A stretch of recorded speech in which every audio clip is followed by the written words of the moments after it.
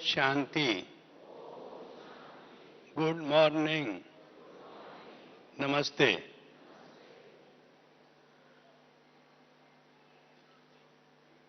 आज खास Valentine day है।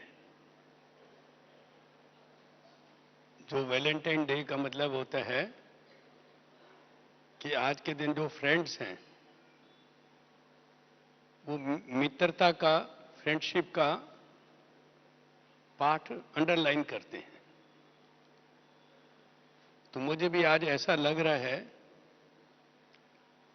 कि इंदौर जोन और भोपाल जोन की आपस में जो मित्रता है उसके कारण ही ये सामूहिक कार्यक्रम का आयोजन हो रहा है।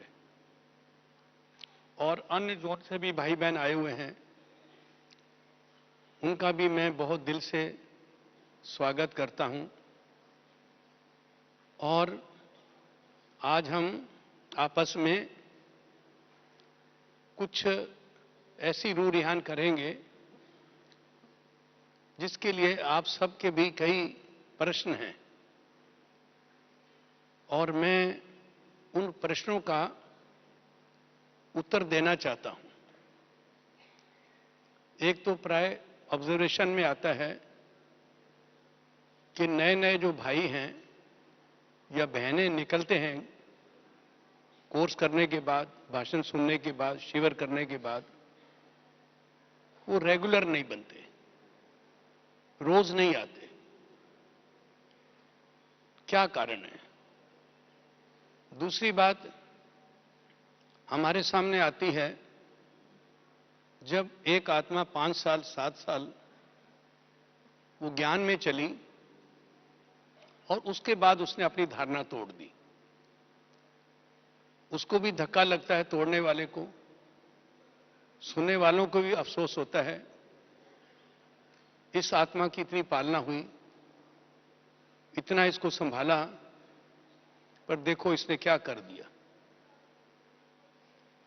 तो ये बातें, घटनाएं हमारे ज्ञान के जीवन में आए दिन होती रहती हैं। तो इस पर मैं सोचता हूं क्या वजह है। जो आत्माएं धारणा भी तोड़ती हैं, मैंने विश्लेषण करके देखा उनमें ज्ञान भी है, पक्का है, बाबा से स्नेह भी उनका बहुत है, सहयोगी भी बहुत हैं, सारी बातें उनके पैरामीटर्स जो होने चाहिए सब ठीक है। फिर भी ये क्यों होता है? अब कहने में तो उत्तर यही आता है कि ये जन्म जन्मांतर के संस्कार हैं। पर बाबा कहता है कि जो आत्मा 7 साल में, 8 साल में ये नहीं जीत पाई, और कोई कोई तो ऐसे हैं आज ज्ञान में चले और महीने 2 महीने में सब धारणा करने शुरू किया। तो ये जब डिफरेंस सामने देखते हैं तो बहुत अंदर कईयों का संकल्प चलता है कि आखिर क्यों होता है ऐसा।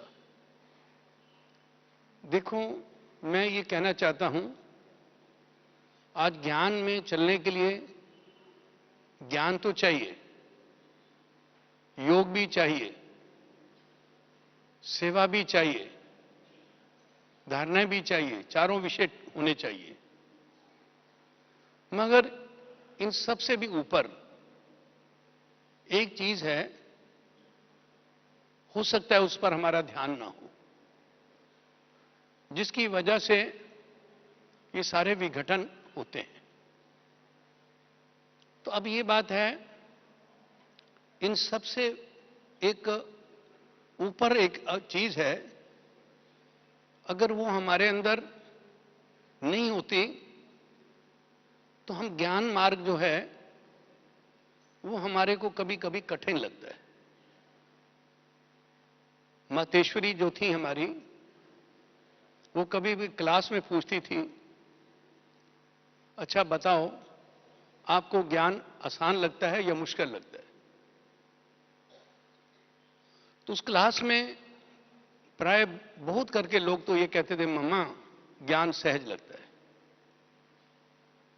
मम्मा के आगे कुछ झूठ बोल नहीं सकता था। और कुछ ऐसे भी लोग होते थे जिन मुंह से यह निकलता था कि मम्मा, ज्ञान शुरू में जब सुना तो सहज लगता था, अब चलने में कठिन लगता है। तो बात यह है कि सबसे ज्यादा जरूरत हमको ज्ञान में शक्ति की है। पहले हम कहा करते थे कि हमको शांति चाहिए। अब शांति जो है वो तो हमारा सुधर्म हो ही गया, हमको उसका पता लग गया। अब हम ये कहते हैं कि हमको शक्ति चाहिए, क्योंकि जब आदमी में शक्ति कम होती है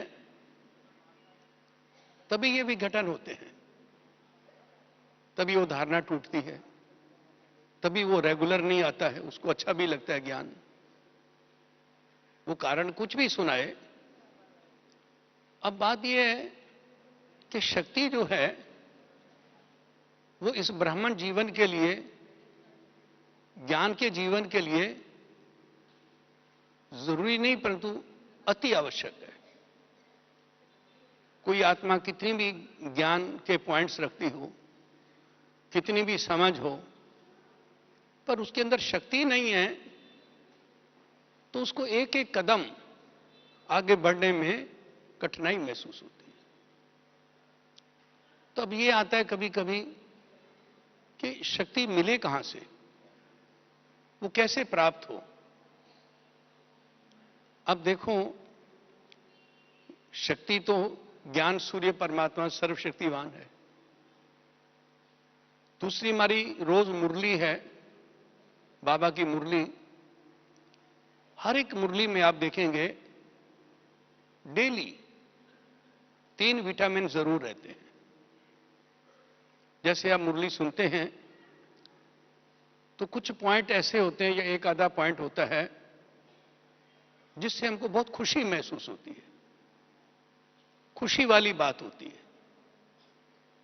दूसरा ऐसा भी होता है जिससे हमको शक्ति मिलती है। और इस तरह से जो ज्ञान से हमको खुशी मिलती है, शक्ति मिलती है। और ये बात है कि हमें आगे बढ़ने में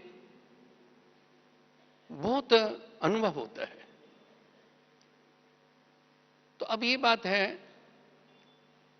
कि ज्ञान सूर्य परमात्मा से हमको शक्ति मिलती है। कभी कभी योग में बैठते हैं तो भाई बहन कहते हैं आज हमको बहुत करंट मिला। प्राय योग करते हैं तो थोड़ी एकाग्रता हो जाती है और कहते हैं कि आज बड़ी शांति मिली। मगर हमको करंट मिली बाबा की, वो जब तक नहीं होता तो ऐसा मन नहीं मानता कि हमारा योग लगा है। करंट तो ऐसी चीज है कि स्विच ऑन किया और करंट आना शुरू हुई। जैसे आज बिजली का बटन ऑन करते हैं तो करंट आ जाती है, बल्ब जल जाता है, ट्यूब जल जाती है, पंखे चल जाते हैं। ऐसे ही बाबा की करंट, उसको ऑन करने में कईयों को 2 सेकंड लगते हैं, किसी को 2 मिनट लगते हैं, किसी को 5 मिनट लगते हैं, किसी को योग में बैठे बैठे 10 मिनट भी बीत जाते हैं, 15 मिनट भी बीत जाते हैं। इसके बावजूद भी उनको करंट नहीं मिलती। अरे करंट नहीं मिलती है, योग किया, टाइम दिया, भट्ठी भी की, पर करंट नहीं मिली। अब करंट नहीं मिली तो इसका कारण क्या? ये तो बड़ी सोचने की बात है कि आज हमने योग का पुरुषार्थ भी किया, लक्ष्य भी रखा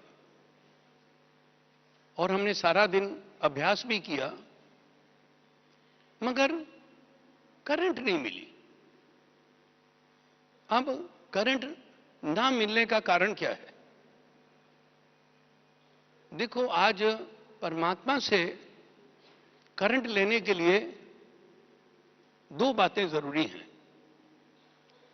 एक तो है पवित्रता और दूसरा है प्रेम। जिस आत्मा में अति पवित्रता है, जैसे कई अनुभव सुनाते हैं ना, जब दूसरों को सुन के बड़ा आश्चर्य होता है। ऐसा होता है कि योग में बैठे और बैठते ही करंट मिलना शुरू हो जाती है। अब किसी को बहुत प्रयास करने के बाद भी करंट नहीं मिलती, तो सोचते हैं ऐसा कारण क्या है, क्यों क्यों ऐसा होता है? तो बात यह है कि हमें जो करंट है वो मिलने का कारण, एक सबसे बड़ा कारण है, वो है पवित्रता। अब आप कोई आम कहेंगे, हम तो 10 साल से ब्रह्मचर्य का पालन कर रहे हैं, हम तो पवित्र रहते हैं। भले रहते हो, वो तो अच्छा है, लाजमी है, वो तो परहेज है एक हमारा। मगर पवित्रता क्या चीज है? आज हम कभी कहते, देखो ये आत्मा बड़ी पवित्र है, बड़ी प्योर सोल है ये। क्यों? उसको करंट मिलती है।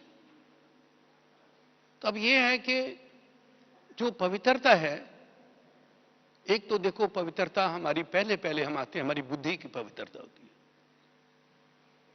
पहले जैसे आप शुरू में ज्ञान में आए तो आपकी बुद्धि शुद्ध हो गई।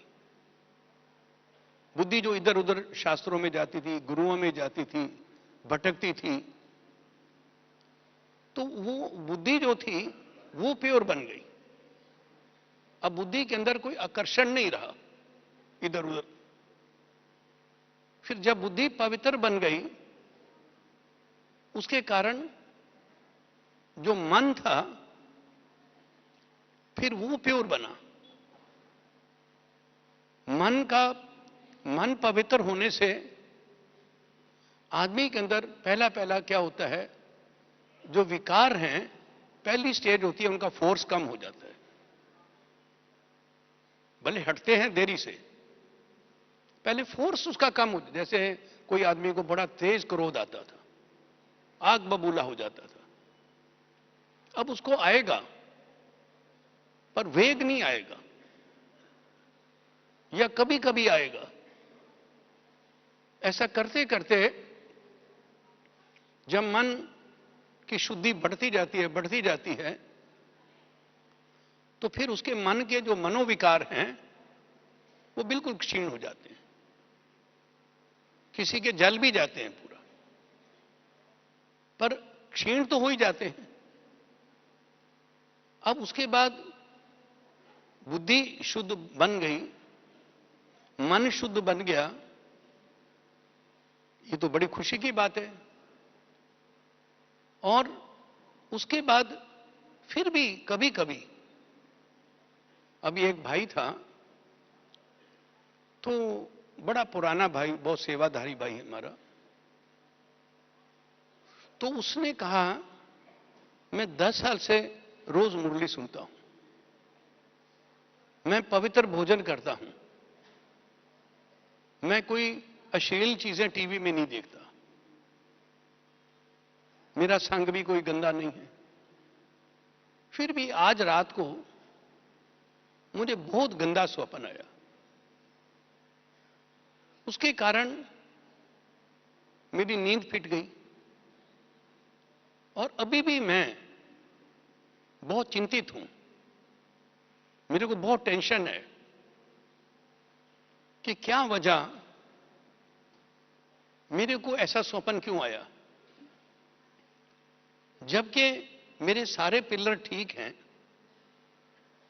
मैं लोगों को कहता हूं मैं ज्ञान में बहुत अच्छा चल रहा हूं, इसके बावजूद भी ऐसा क्या हुआ?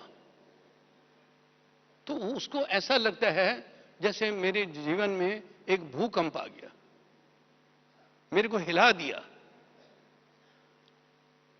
तो फिर मैंने समझाया, मैंने कहा देखो आपने ठीक कहा, आप मुरली रोज सुनते थे, नियमों का पालन करते थे,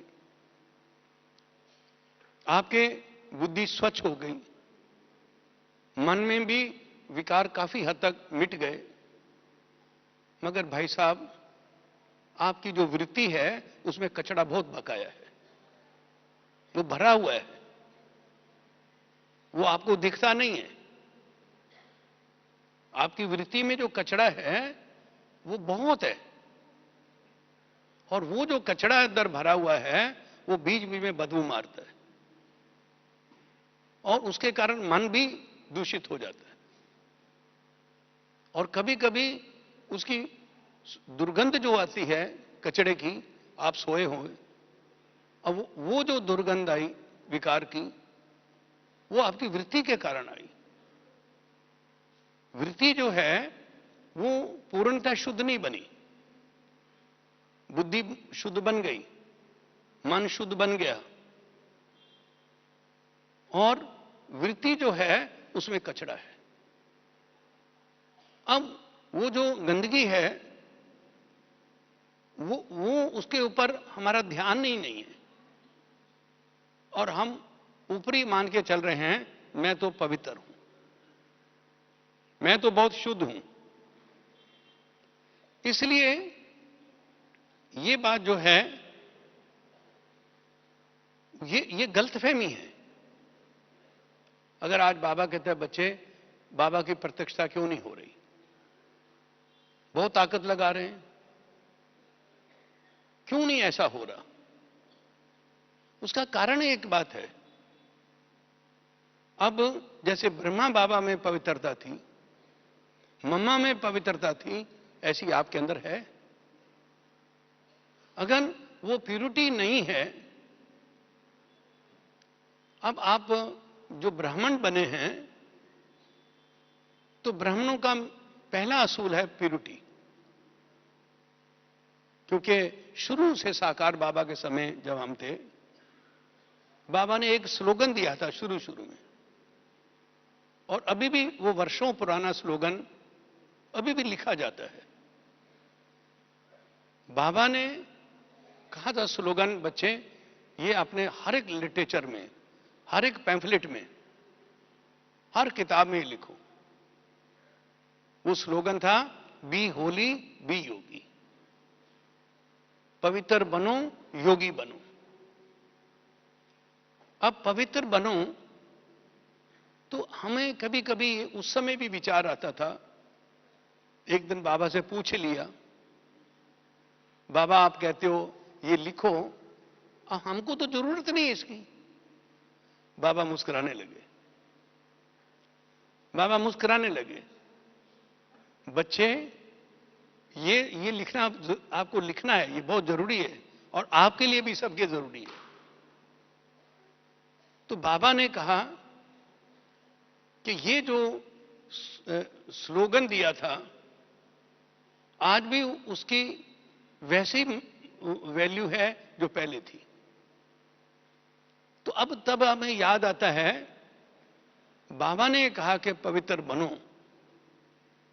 बार बार कहता है बनो, इसलिए वृत्ति को भी जब हम एक्सपोज करेंगे, देखो आज कचरा होता है बाहर, कूड़े के डब्बे में पड़ा है, अगर पड़ा ही है दुर्गंधित होता जाएगा, उसको बाहर डालते हैं, धूप भाई उसको धूप लगी, कचरा उसके जर्म जलेंगे तो कचरा जल जाएगा। बाबा कहता है योग से अगर देखो, जैसे मिसाल भी देते हैं शुरू में, जैसे लेंस होता है और उस पर सूर्य की किरणें पड़ती हैं, और वो लेंस की निकली हुई किरणें कागज पर या किसी कपड़े पर पड़े तो उसको जला देता है। इसलिए कहा गया योग अगन है। योग अगन, कई लोग नहीं समझे योग अगन क्यों कहा। योग एक ऐसी अग्नि है जो हमारी वृत्ति के कचड़े को जला देती है। अब वो जो कचरा अंदर में, जो कोई दुनिया में आज भले कोई इब्राहिम थे, बुद्ध थे, गुरु नानक सब थे, शंकराचार्य थे, सब सब दुनिया में आए। उन्होंने आकर के जो उनके धर्म की आत्मा थी उनको प्रभावित किया और वो अपने साथ लाए उन आत्माओं को। पर जो लोकल आत्माएं थीं वो वैसे अनअफेक्टेड रही। आज तक किसी ने ये कोशिश नहीं की कि आज वृत्ति शुद्ध हो जाए। आज कोई भी आत्मा दुनिया में नहीं जो कहे कि मैं संस्कार परिवर्तन कर सकता हूं। वृत्ति से मेरा अभिप्राय संस्कारों से भी है। कोई नहीं मानता, वैज्ञानिक भी नहीं मानते कि ये जो संस्कार हैं वो पवित्र, वो शुद्ध हो सकते हैं। संस्कार आप समझते होंगे मेरा कहने का संस्कार मैं किसको कह रहा हूं। एक छोटी सी घटना बता के मैं स्पष्ट करूंगा। एक बहुत नामी गिरामी चोर था। वो चोर ऐसा था, रोज चोरियां करता था मगर पकड़ा नहीं जाता था कभी। तो चोरियां करते करते उसके मन में वैराग पैदा होगा। उसने सोचा मेरी जिंदगी क्या है, दिन भर मैं छुपता रहता हूं, रात को मैं चोरियां करता हूं, आखिर मुझे फायदा क्या है। तो उनके गांव में एक महात्मा जी आए हुए थे। महात्मा जी की पूरी मंडली रहती है, उनके 8-10 शिष्य थे साथ में। तो उसने जाकर के महात्मा जी के पास जाके चरणों में लेट गया और सिर ही नहीं उठाया कि महात्मा जी आप मुझे अपनी शरण में ले लो, आप मुझे शिष्य बना लो। उन्होंने कहा उठो बात। उसने कहा नहीं, तब पहले मुझे कहो कि हां मैं बनाता हूं, तब मैं सिर उठाऊंगा। लेटा ही रहा। तो महात्मा जी ने आकर उसका जिद देखा, उसकी भावना देखी। उस चोर को भी उन्होंने अपना शिष्य बना लिया। अब उनकी मंडली चलती थी, गांव से जाना, एक टाउन से दूसरे टाउन जाना, और रात को कहीं ना कहीं हॉल्ट करते थे। तो महात्मा जी के सारे शिष्य जो थे वो रात को सो जाते थे और जब सोते थे उनके एक कमंडल रहता है उनका, उसको सिरहाने रख लेते थे। उनके पास और तो कोई प्रॉपर्टी होती नहीं, एक कमंडल। तो रात को कमंडल रख के वो सो जाते थे। सुबह उठते थे,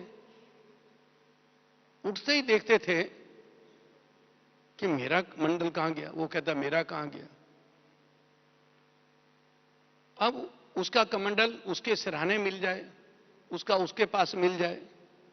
सुबह भगवान को याद करने की बजाय वो कमंडल ढूंढने लगते थे कि कमंडल कहां गया। जाता कहीं नहीं था, पर वो अदली बदली हो जाती थी। तो आखिर सोचा क्या बात क्या है। जब ये समस्या 3-4 दिन तक चलती रही तो उन्होंने महात्मा जी को, बड़े महात्मा जी को कहा, स्वामी जी ऐसी ऐसी घटना हो रही है। तो स्वामी जी ने कहा कोई बात नहीं। एक शिष्य को कान में सुनाया, तो आज रात को लेट जाना और सोना नहीं, जागते रहना रात भर और देखना कि कौन करता है ये।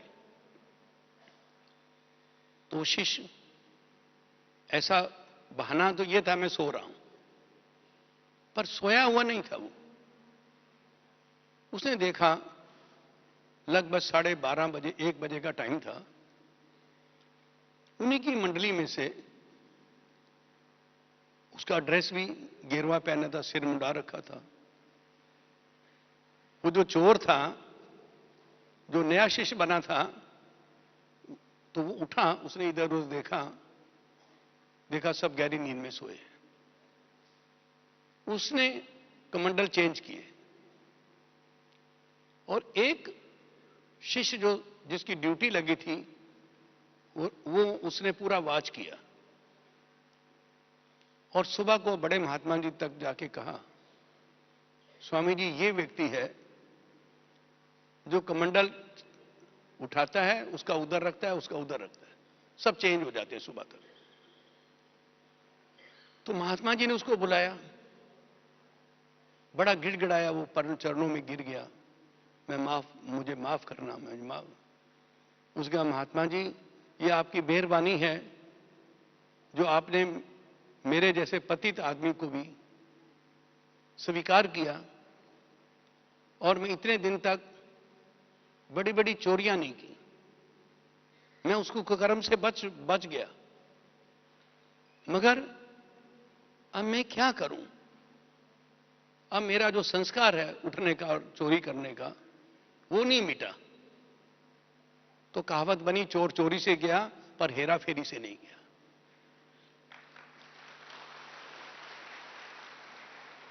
अब वो चोरी तो नहीं करता था पर हेरा फेरी रोज करता था।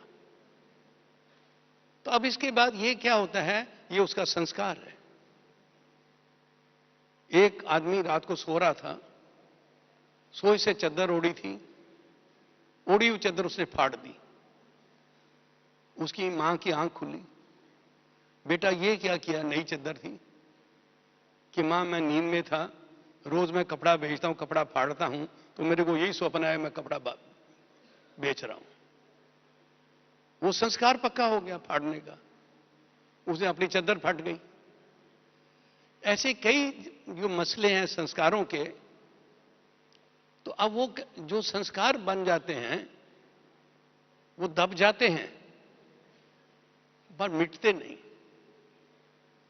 ये तो एक केवल ओनली भगवान की शक्ति है जो संस्कारों को भी जला देती है।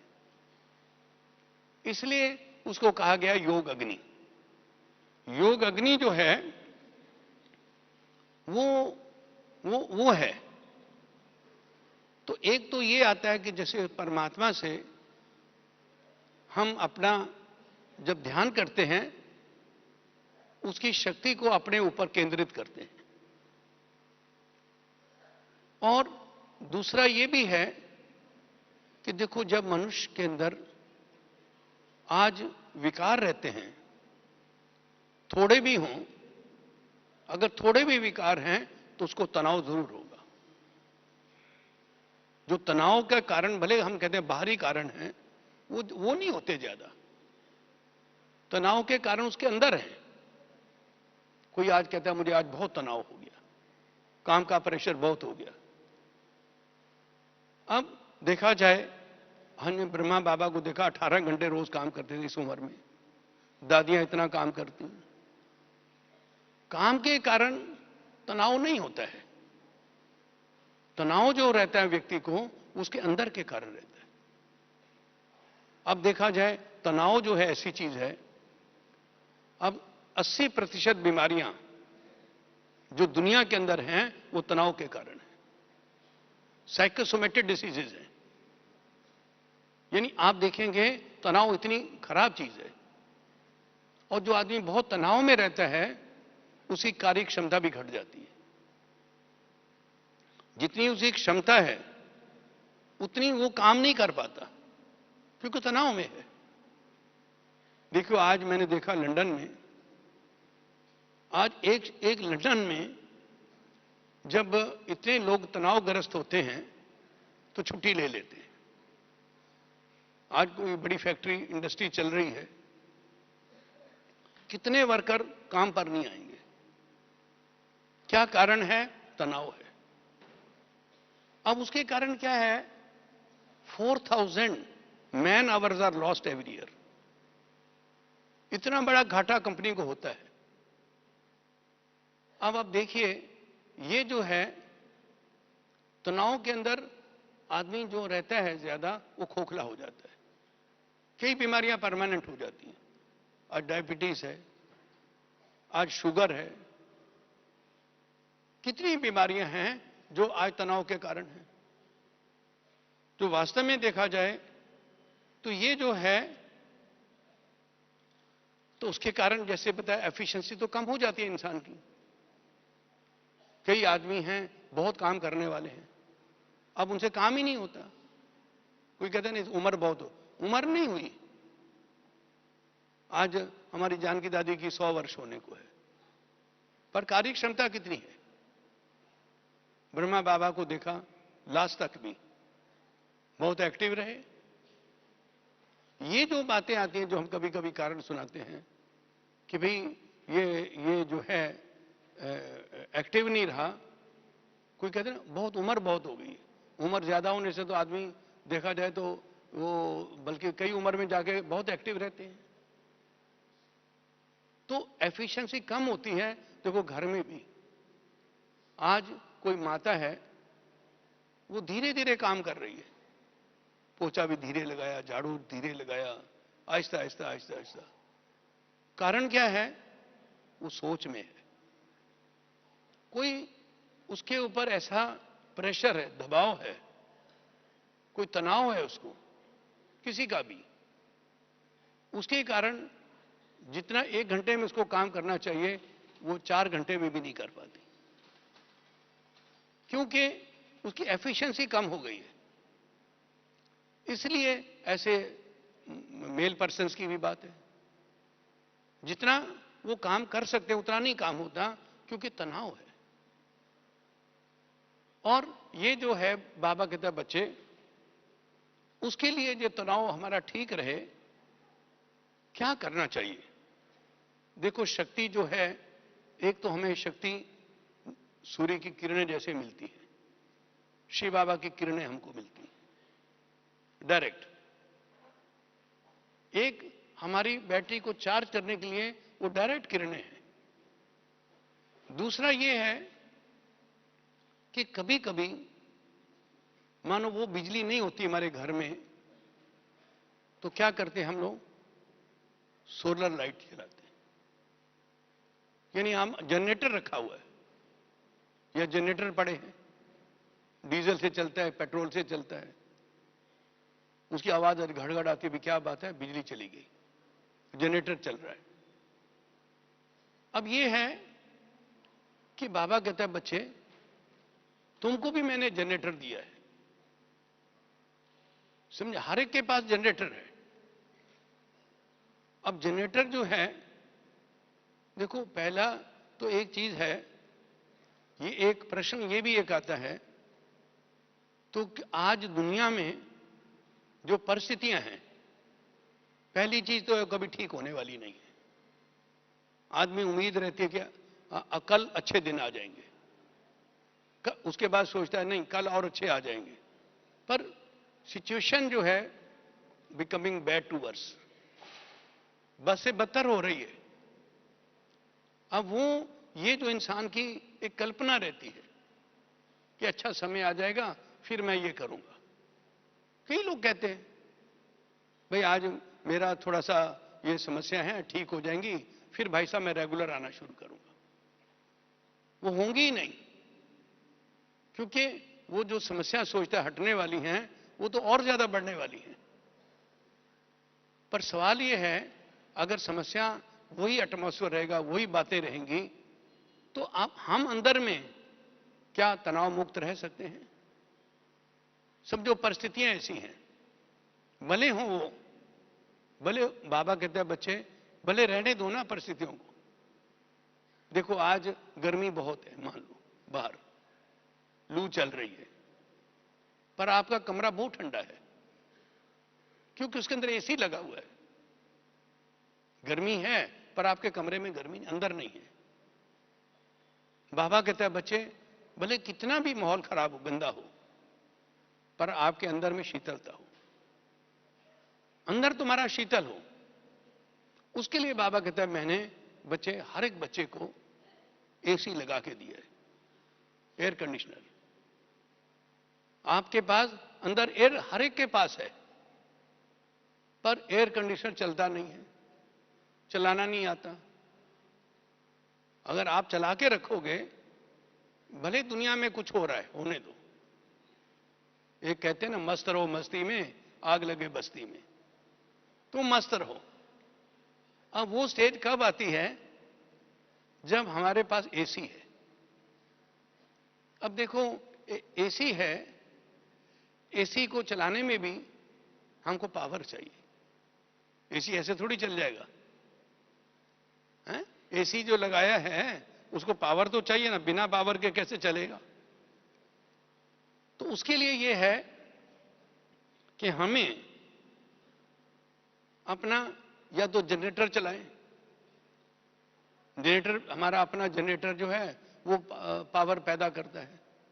तो जनरेटर क्या है दिया? देखो, आज बाबा कहता है बच्चे, हर एक बच्चे को बाबा ने सुदर्शन चक्र दिया है। ये जनरेटर है। आप सुदर्शन चक्र चलाना शुरू करोगे, आपके अंदर एनर्जी पैदा होना शुरू हो जाएगी। अब 15 मिनट 20 मिनट सुदर्शन चक्र चला के देखो। जब आप चलाओगे तो आपके अंदर अंदर अंदर अंदर आप शक्तिशाली हो जाओगे, पावर जनरेट हो जाएगी, शक्तिशाली बन जाओगे। तो आज ये जो है पावर जनरेशन, ये हमारे उससे है, यानी वो जनरेट किए हमने। किससे? सुदर्शन चक्र से। या वो इससे भी होती है जब हमारा ज्ञान मनन होता है। जब हम लोग ज्ञान का मनन करते हैं तो मनन करते करते एक अंदर पावर पैदा होती है। वो पावर जो पैदा होती है वो जनरेटर की पावर है। तो इसलिए एक जनरेशन की भी पावर है। दूसरा क्या है? आज श्रेष्ठ कर्म जो करते हैं उसकी भी पावर है। जिसको आज श्रेष्ठ कर्म जो बहुत करता है इंसान, भाई आज उसके श्रेष्ठ कर्मों का भी उसका फल क्या है? सबसे बड़ा फल ये है उसकी वो एनर्जेटिक होता है, उसके अंदर विल पावर होती है, ताकत रहती है। जैसे बाबा कहता था बच्चे, सत्यता में बहुत पावर है। आप सत्यता जो है हमारी, उसमें बहुत शक्ति है। मैं एक घटना सुनाऊंगा आपको बाबा के संबंधित।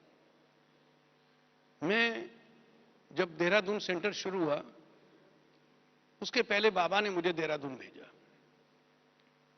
कि बच्चे, देहरादून में बच्चों ने बहुत ट्राई किया, उनको मकान नहीं मिलता। तो मुझे 1 हफ्ते का टाइम दिया। मैं, एक भाई और था साथ मेरे। तो हमने सुबह निकलना, सुबह उठ के मुरली पढ़ के हम खाना बना ले, रात तक वही खाते थे बार बार, और सुबह मकान ढूंढने निकलते थे। और सचमुच में 6 दिन में हमको कोई मकान नहीं मिला, खाली। 7वें दिन हमने सोचा कि चलो अब मकान तो मिलना नहीं, 1 दिन बाकी है। तो देहरादून में राजपुर रोड है। राजपुर रोड जो है उसके शुरू से लेकर अंत तक वो 22 किलोमीटर दूर मसूरी है। मसूरी तक रोड के दोनों तरफ आश्रम है। तो हमने सोचा चलो हर एक आश्रम को लिटरेचर दे दें बाबा का। हम 7वें दिन लिटरेचर देने बांटने निकले। एक आश्रम में जाए, उनके बड़े स्वामी जी से मिले, दूसरे में गए, उनको दिया, तीसरे में गए। जाते जाते एक आगे 7-8 आश्रम के बाद एक बड़ा लॉन था, हरियाली बहुत थी, बड़ा सुंदर बगीचा बना हुआ था, और पीछे मकान थे। तो हम गेट खोल के अंदर चले गए। तो वहां पर अंग्रेज थे कोई, वो पोर्शन में एक अंग्रेज लोग रहते थे। तो बड़े प्रेम से बोले, hello, welcome, come on brother, आओ। बिठाया, किया, चाय मंगा लिया। हमें चाय तो पी नहीं। फिर पूछने लगे, from where have you come? हमने कहा, sir we are coming from Ambala Cantt. How have you come here? मैंने कहा, sir we want to start a branch of our ashram here. Which is your ashram? मैंने बताया ब्रह्मा कुमारी ईश्वरी विश्वविद्यालय। हो सच a big name, सच ए। फिर उसके बाद कहने लगे, ऐसे बोलते बोलते कहने लगे, do you like this house? अब मैंने कहा भाई, वो कहते जिस मकान में ये आपको पसंद है। मैंने कहा of course this is nice house, अच्छा है। तो मैंने कहा ये जो विदेशी लोग हैं ऐसे मेहमा करके चढ़ा देते, मुझे एक दो अनुभव पहले हुए। उनको एक विदेशी वो था, उसको ज्ञान सुनाते रहे, रोज कहे वेल नाइस, वेरी गुड, और लास्ट में कहने लगा, dear brother I am sorry I don't agree to your views, last में फिनिश। और मैंने कहा ऐसे ये भी कह रहे हैं, अब पता नहीं क्या इसका मुद्दा है।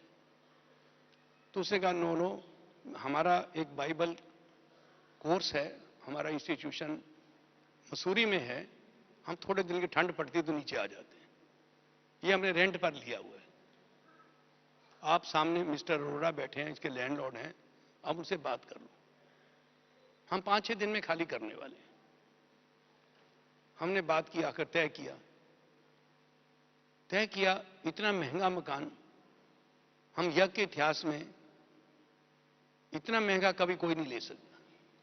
उस जमाने में 150-125 तक मकान होते थे बस। हमने मकान लिया 700 रुपए किराए में। बाबा को खबर मिली, फिर वहां से भाई बहन भी आ गए। पहले तो मैंने नहीं बताया कितना किराया, सब खुश हुए, बहुत अच्छा है, बहुत अच्छा है।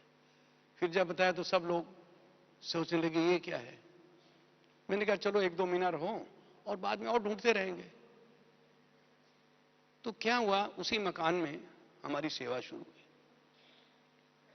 तो मुझे शुरू से कोर्स देने का बड़ा शौक था।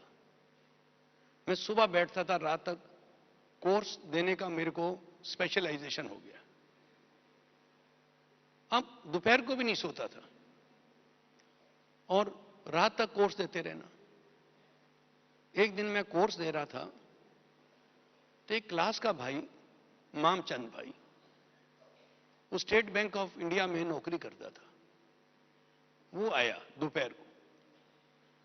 मैं कोर्स दे रहा था, बाकी बहनें तो सो रही थी, कोई मिला नहीं उसको। मेरे सामने गेट के आगे आ गया, कहने लगा भाई साहब मुझे आज की मुरली चाहिए। तो मैंने बिजी था, मैंने उठा के मुरली उसको दे दी, वो ले गया। वो मुरली उन दिनों की है जब चाइना का युद्ध चल रहा था, और चाइना में युद्ध पर, बॉर्डर पर जो गोरखापट्टन थी वो ज्यादा देहरादून की थी, और देहरादून से ही वो जाती थी, और जो लोग जाते थे मेजॉरिटी डेथ हो जाती थी। तो वो उस मुरली में बाबा ने कहा, एक मुरली थी उन दिनों, कि बच्चे जो चाइना का और हिंदुस्तान का जो युद्ध चल रहा है, जिस इलाके के लिए युद्ध चल रहा है वो वास्तव में वो इलाका दरअसल चाइना का है, वो भारत का नहीं है। अंग्रेजों ने अपने समय में उस इलाके को अपने साथ मिला लिया था ताकि अपना बॉर्डर बनाने के लिए, है वो चाइना का, और खाम खा युद्ध कर रहे हैं। दूसरी बात मुरली में बाबा ने कह दी कि बच्चे आप कभी कैश में चंदा नहीं देना किसी को, कपड़े दे दो, दवाइयां दे दो, मगर चंदा नहीं देना। अब मामचंद नया नया था, उसके ऑफिस में चंदा ले रहे थे, इमरजेंसी लगी हुई थी। तो मामचंद से चंदा मांगा, मामचंद ने फट कह दिया कि नहीं साहब हमारे धर्म में चंदा देना नहीं है। उसने बोल दिया धर्म में नहीं, हमारा वहां से सर्कुलर आया है, उसमें लिखा है कि किसी को चंदा नहीं देना। अब उसका जो सेक्रेटरी था वो आर्य समाजी था, उसने, सेक्रेटरी ने कहा कि अच्छा वो बुलेटिन मुझे लाके दिखाओ। उनको नहीं पता बुलेटिन में मुरली क्या चीज है।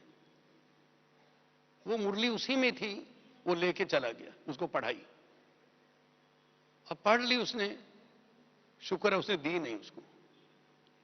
अब वो तो क्योंकि आर्य समाज संस्था से बड़ी मित्रता है, शुरू से लेके बड़े विरोधी हैं, उसने फटाफट कलेक्टर को, स्टेट गवर्नमेंट को, सेंट्रल गवर्नमेंट, सब सब जगह टेलीग्राम दे दिए कि इंक्वायरी करो, ब्रह्मा कुमारी संस्था राष्ट्र विरोधी है, ये राष्ट्र के हित में काम नहीं कर रही। अब कलेक्टर को भी जब मिला तो हमारी क्लास में उन दिनों वीएन गुप्ता डिस्ट्रिक्ट जज थे, वो क्लास रेगुलर करते थे और शाम को वो बैडमिंटन खेलते थे, कलेक्टर और जो जज सब सारे मिलके। शाम को जब गए, कलेक्टर साहब ने पूछा, गुप्ता जी आपकी संस्था का सुना है कि राष्ट्र विरोधी है। गुप्ता जी ने, बिल्कुल गलत बात है, हम तो भारत को स्वर्ग बनाने का लक्ष्य रखते हैं, हम तो कहते हैं राम राज आवे। उसने कई ऐसे होंगे सिर फिरे दिमाग के, उसे मुझे को ऐसे टेलीग्राम भेजिए। फिर उसके बाद थोड़े दिन के बाद क्या हुआ कि मैं माउंट आबू आया हुआ था, तो वहां जयपुर से पुलिस के 2 ऑफिसर और 3 नॉन ऑफिसर्स, 5 लोग पुलिस के पहुंचे और गेट पर आते उन्होंने कहा कि हमें जो दादाजी से मिलना है। तो बाबा को कहा अंदर, बाबा ऐसे ऐसे पुलिस वाले आए हैं। वो उन्होंने कहा हम जयपुर से आए हैं। तो बाबा ने कहा उनको जाके बोलो पहले 7 दिन का कोर्स करना पड़ता है। तो उन्होंने सोच के कहा कि भाई हम 7 दिन तो नहीं रुक सकते, पर 3 दिन रुक सकते हैं, सुबह शाम आ जाएंगे। तो बाबा को कहा, बाबा ने कहा ठीक है 3 दिन भी रुकने दो, पर पूछो पहले क्या क्या कारण, क्या संकल्प क्या है। फिर पूछा उनसे, उन्होंने बताया कि एक ऐसे ऐसा आपके किसी जगह लिखा हुआ आया है कि चंदा नहीं देना, ये नहीं देना। अच्छा, बाबा ने कहा अच्छा करो, 2 महीने की मुरलियां उनको दे दो, पढ़े बैठ के। उनको मुरलियां दे दी, उनको पढ़ी, उसमें उनको समझ ही नहीं आई क्या चीज है। फिर उसके बाद कोर्स करते रहे। कोर्स करने के बाद जब 3 दिन पूरे हो गए, 30 दिन शाम को उन्होंने कहा आज हमारा कोर्स पूरा हो रहा है, दादाजी से बोलो वो हमारे से मिल लें। बाबा ने कहा ठीक है बच्चे, आज शाम को 8 बजे उनको बुला लो। बाबा मिलते थे, ये जो हिस्ट्री हाल है, बाबा कभी सोफे पर या कुर्सी पर कभी नहीं मिलते, नीचे गादी बिछी रहती थी, सफेद गादी, और बाबा आए ठीक टाइम पर।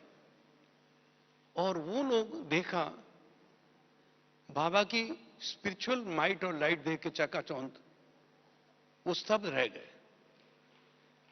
उन पुलिस वालों ने ऐसी व्यक्ति तो कभी नहीं देखा जिंदगी में। तो बाबा बैठे आके नीचे, तो बाबा जब बैठते थे ऐसे पालथी लगा के, तो जब पालथी लगा के बैठे और बाबा ने बैठते ही पूछा, बच्चे, पुलिस वालों को ये नहीं कहा पुलिस वाले हो साहब हो, बाबा ने उनको भी बच्चे बच्चे कहा। अच्छा बच्चे, आपको पता है आप कहां आए हो? वो चुप। आपको मालूम हो कि आप भगवान के घर में आए हो? फिर सोच में पड़े। फिर बाबा ने कहा बच्चे, भगवान जो है इस दुनिया में आया है, क्यों आया है? इस पतित दुनिया को पावन बनाने आया है। सारी दुनिया पतित है, तो तुम बच्चे, कितना तुम्हारा भाग्य है जो तुम यहां आए हो। सुनते रहे, बाबा में मुरली चलती रही। सुनते सुनते उनकी हिम्मत ना हो कि क्या कैसे बाबा से बात करें। आखिर बीच में एक अधिकारी था, वो बोल पड़ा, बाबा जी आप माफ करना, हम आपसे एक बात पूछना चाहते हैं, पूछ सकते हैं? बाबा ने कहा हाँ हाँ बच्चे पूछो। उसने कहा, बाबा आपने कभी ऐसे शब्द उच्चारण किए हैं कि जो ये इलाका है वो भारत का नहीं है, चाइना का है? बाबा ने कहा हाँ कहे हैं। फिर उनसे पूछा, आपने ऐसा कहा है कि चंदा नहीं देना है? हाँ बच्चे नहीं देना है, क्योंकि उस पैसे से अगर बारूद खरीदते हैं और उस बारूद से हिंसा होती है, वो भी हमारा पाप कर्म बनता है। हमने कहा कि वहां कपड़े दो, कंबल दो, ये सब की ठीक है, और पैसा मत दो। और पैसा भी किसके हाथों में जाएगा क्या पता है। तो फिर उन्हें कहने लगे, बाबा आपको पता है इस वक्त इमरजेंसी लगी हुई है और इस वक्त ऐसा वक्तव्य देना ठीक नहीं है, तो आप कम से कम ऐसा वक्तव्य भविष्य में ना देना। बाबा ने कहा, बच्चे मैंने थोड़ी ये वक्तव्य दिया। तो कहा, फिर किसने दिया? कहा, वो शिव बाबा है ना, वो आता है ऊपर नीचे, वो शिव बाबा ने ऐसा कहा है, मैंने नहीं कहा। तो उन्होंने कहा, पुलिस वालों ने, कि बाबा हमारे हाथ जोड़ के विनती है, क्या उस शिव बाबा को अब कह दो कि वो ऐसा ना कहे। हाँ बच्चे, मैं कह दूंगा, शिव बाबा आइंदा नहीं कहेगा। पर आप सोचा हमने कि बाबा में सत्यता कितनी थी। आज पुलिस आ जाए, कुछ आ जाए, हम फैक्ट्स छुपाते हैं, फलाना करते हैं। बाबा ने एक बारी भी नहीं कहा कि मैंने नहीं कहा। बाबा ने हर बात सत्य कही। तो बाबा को हर कदम पर हमने देखा कि बाबा में सत्यता कितनी थी। सत्यता में भी ताकत है। और इसके कारण पुलिस आई भी, और जाके उन्होंने रिपोर्ट क्या लिखी? सबसे बेस्ट रिपोर्ट उन्होंने लिखी कि ऐसी संस्था देश में कोई नहीं है जो देश के लिए काम करती है। अब इसके बाद एक बहुत जो दान पुण्य बहुत करते हैं लोग, दान से वीरता आती है। अब दान भी हो, अगर हम दान हमारा अच्छे कर्म में लग रहा है, श्रेष्ठ कार्य में लग रहा है, तो उससे भी हमारे को बड़ी ताकत मिलती है, बहुत पावर आती है हमारे अंदर। अब देखा जाए, कई लोग ज्ञान बहुत सुनते हैं, सुनाते हैं, पर धन से कंजूस रहते हैं। चलो गरीब हैं, परिस्थितियां हैं, जो भी है, थोड़ा भी कणा दाना है वो यज्ञ में डालते हैं, उससे ताकत बहुत आती है, बहुत पावर मिलती है। इसलिए ये बात है कि हमें कम से कम ये इन बातों का, जो एनर्जी हमारी वेस्ट होती है, उससे भी हमें बचाना चाहिए। तो ये हमारा चल रहा था कि मैंने जो हमारे एनर्जी जो मिलती है, शक्ति मिलती है, उसके ये सोर्स हैं। दूसरी बात ये है प्रेम की।